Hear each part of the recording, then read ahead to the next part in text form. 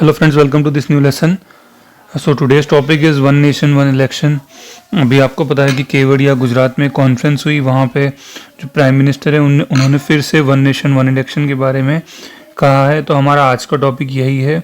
हम जो हेडिंग्स हैं हमारी, एक तो देखेंगे ब्रीफली कि वन नेशन वन इलेक्शन क्या होता है, फिर इसके देखेंगे बेनिफिट्स, फिर बेनिफिट्स देखेंगे, देन उसके चैलेंजेस देखेंगे कि उसको इम्प्लीमेंट करने में क्या चैलेंजेस होते हैं, फिर हमको आगे जो हमारी वे फॉरवर्ड है कि आगे हमको उस पर कैसे काम करना है वो देखेंगे। सबसे पहले देखेंगे what is one nation one election. तो कई बार स्टेट जो ऑब्जेक्टिव में पूछ सकते हैं कि व्हाट एक्चुअली दिस मीन्स। तो आपको ध्यान रखना है कि सिंगल वोटर लिस्ट होती है। आपने अगर वोट दिया है तो आपने देखा होगा कि कई बार जो इलेक्शंस होते हैं, आप जब म्युनिसिपल इलेक्शन होते हैं नगर पालिका के, तो आप उसमें दो वोट करते हो।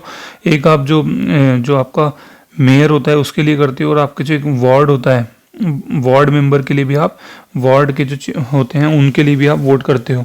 तो इसी तरह से यहाँ पे क्या होगा, सिंगल वोटर लिस्ट होगी और आपको दो बार ईवीएम यूज़ करनी पड़ेगी।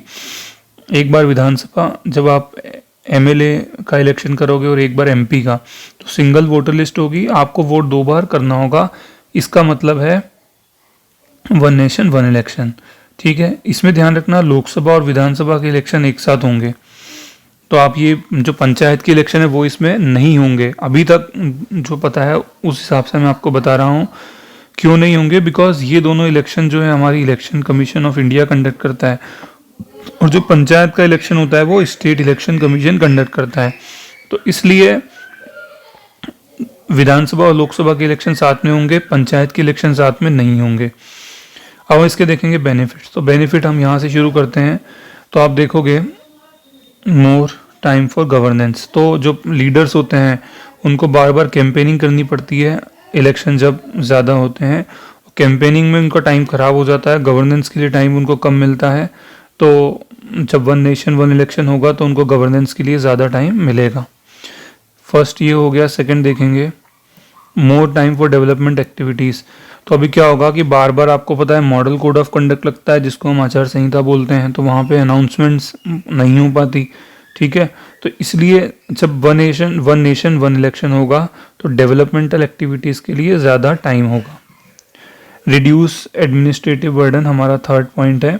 तो आप ये देखो क्या होता है कि इस बार जब इलेक्शन हुए थे लोकसभा के इलेक्शन 2019 में, तो आपने देखा होगा कि बैंक के एम्प्लॉय, टीचर्स, हायर एजुकेशन के जो एम्प्लॉयज़ हैं वो सब जो है वो इलेक्शन कंडक्ट करवाने में लग गए थे। तो बहुत सारा एडमिनिस्ट्रेटिव बर्डन पड़ता है। जो टीचर्स लगते हैं उन जो बच्चों की टीचिंग भी इफेक्ट होती है, तो इसलिए एडमिनिस्ट्रेटिव बर्डन होगा वो एक ही बार पड़ेगा और इससे थोड़ी ईज होगी। ठीक है, उसके बाद विल इंक्रीज वोटर टर्नआउट। तो ये पॉइंट जो है सबसे इम्पॉर्टेंट है। लॉ कमीशन ने भी जो है इसको फेवर में दिया है कि वन नेशन वन इलेक्शन होना चाहिए। तो उन्होंने कहा है कि इससे वोटर टर्नआउट बढ़ेगा। तो आप इलेक्शन लॉ कमीशन को कोट करके ये वाला पॉइंट लिख सकते हो। ठीक है, उसके बाद सिक्योरिटी फोर्स का जो है इफ़िशिएंट यूज़ होगा। तो अभी आपने देखा होगा जब आप वोट देने जाते हो तो फोर्स भी होती है। तो फोर्स का जो है हम कितनी फोर्स वहाँ लगा देते हैं, वो बार बार लगाते हैं। जब नंबर ऑफ इलेक्शंस होते हैं विधानसभा में भी लगाते हैं और लोकसभा में भी लगाते हैं। तो जब इलेक्शन एक ही बार होगा तो सिक्योरिटी फोर्सेस का इफ़िशिएंट यूज़ हो पाएगा। एक ही बार वो लगेंगी और बाकी टाइम जो है हमारे जो बॉर्डर को सेफगार्ड करने में वो लगेंगी।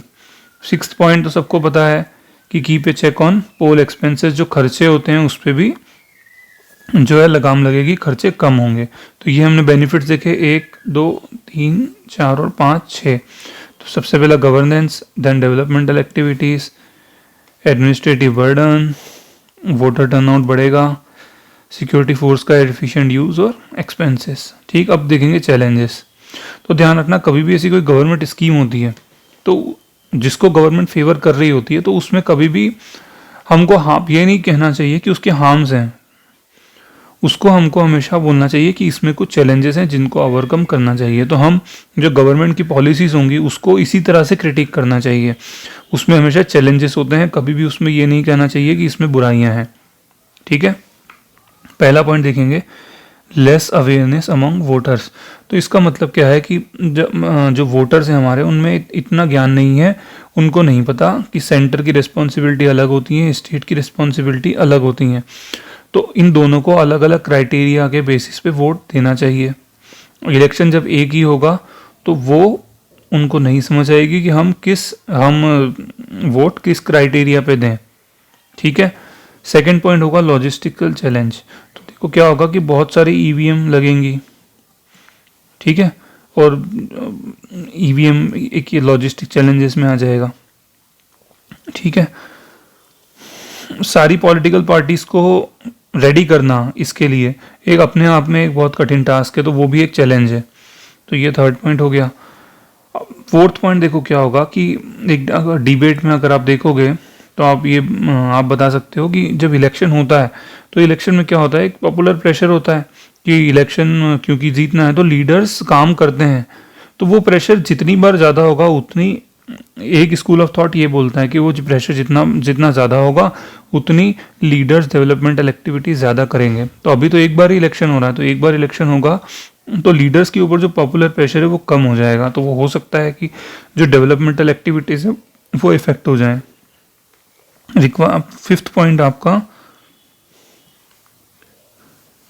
सिक्स्थ पॉइंट जो है आपका वो है requires number of amendment in constitution. देखो अभी कॉन्स्टिट्यूशन में लिखा हुआ है कि हर 5 साल में विधानसभा और लोकसभा के इलेक्शन होंगे, और ऐसा भी लिखा है प्रेसिडेंट कभी भी डिसॉल्व कर सकता है।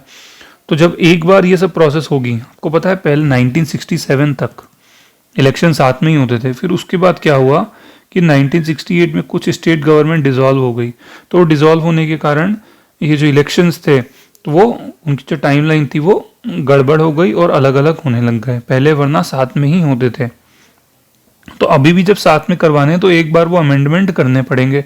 तो ये एक चैलेंज है कि किस तरह से वो अमेंडमेंट होगा। ठीक है। उसके बाद जो ये 7th पॉइंट है जिसको आपको सबसे पहले लिखना है, आप ऐसे शुरू करना कि जो बहुत से क्रिटिक्स है उनका ये कहना है कि अगर ऐसा होगा तो उसमें जो नेशनल पार्टीज होंगी वो डोमिनेट कर जाएंगी, और जो क्षेत्रीय मुद्दे हैं, क्षेत्रीय पॉलिटिकल पार्टीज हैं, वो कहीं ना कहीं दब जाएंगी। तो ऐसा मानना है बहुत से लोगों का, तो आप ये लिख सकते हो। तो वे फॉरवर्ड क्या है, देखो वे फॉरवर्ड इन सभी का जो है वे फॉरवर्ड वो यही है कि हमको अवेयरनेस के लिए, जो गवर्नमेंट को लोगों की सबसे पहले अवेयरनेस के लिए बहुत काम करना चाहिए। उनकी जो एक कॉन्स्टिट्यूशनल लिटरेसी है, कॉन्स्टिट्यूशनल लिटरेसी वो बढ़ानी चाहिए। जो अभी प्राइम मिनिस्टर ने भी KYC के बारे में कहा है, KYC का मतलब होता है नो योर कस्टमर, तो उसको ही वो एक रिलेट करके जो PM ने KYC दिया है उसका मतलब है नो योर कॉन्स्टिट्यूशन। तो KYC के ऊपर काम करना चाहिए और अवेयरनेस ज़्यादा से ज़्यादा बढ़ानी चाहिए। अगर ये अवेयरनेस बढ़ेगी तो इसमें से जो काफ़ी सारे जो चैलेंजेस हैं वो जो है कम हो सकते हैं। लॉजिस्टिकल चैलेंज जो है वो तो ओवरकम हो सकता है, ठीक है, और दूसरे चैलेंजेस हैं वो भी ओवरकम हो सकते हैं अगर हम अवेयरनेस पे ध्यान देंगे। उसके बाद जो गवर्नमेंट है उसको नेशनल पॉलिटिकल पार्टीज और स्टेट पॉलिटिकल पार्टीज जितने भी हैं उनके कॉन्फिडेंस को गैदर करने के लिए काम करना चाहिए, क्योंकि ये डेमोक्रेसी से जुड़ा हुआ इशू है इलेक्शन। तो ये इसमें सबकी जो एग्रीमेंट है वो होनी चाहिए। डिफरेंट कॉन्स्टिट्यूशनल जो अमेंडमेंट होंगे उसके लिए डिफरेंट पैनल्स अपॉइंट होने चाहिए, ठीक है। उसके बाद जो एडमिनिस्ट्रेटिव मशीनरी है उसको भी ट्रेनिंग की ज़रूरत पड़ेगी, क्योंकि अभी जो इलेक्शन होते हैं वो अलग होते हैं, आगे जो होंगे वो अलग होंगे। तो इतनी ज़्यादा ट्रेनिंग की ज़रूरत नहीं पड़ेगी, बट फिर भी training is required. Use of article 356 needs to be reduce. अगर हमको ये करना है तो आर्टिकल 356 का यूज़ है वो कम होना चाहिए, ठीक है। तो ये हमारे पॉइंट्स थे। हमने देखा बेनिफिट देखे, चैलेंजेस देखे, वे फॉरवर्ड देखी। तो अब आप एक क्वेश्चन अगर आपको आता है कि discuss the possibility of one nation one election in our country, तो आप इस पर अच्छे से डिस्कस कर सकते हो, ठीक है। तो आप इसको प्लीज़ लिख के देखो ये लेक्चर की हेल्प से। Okay, thank you so much friends.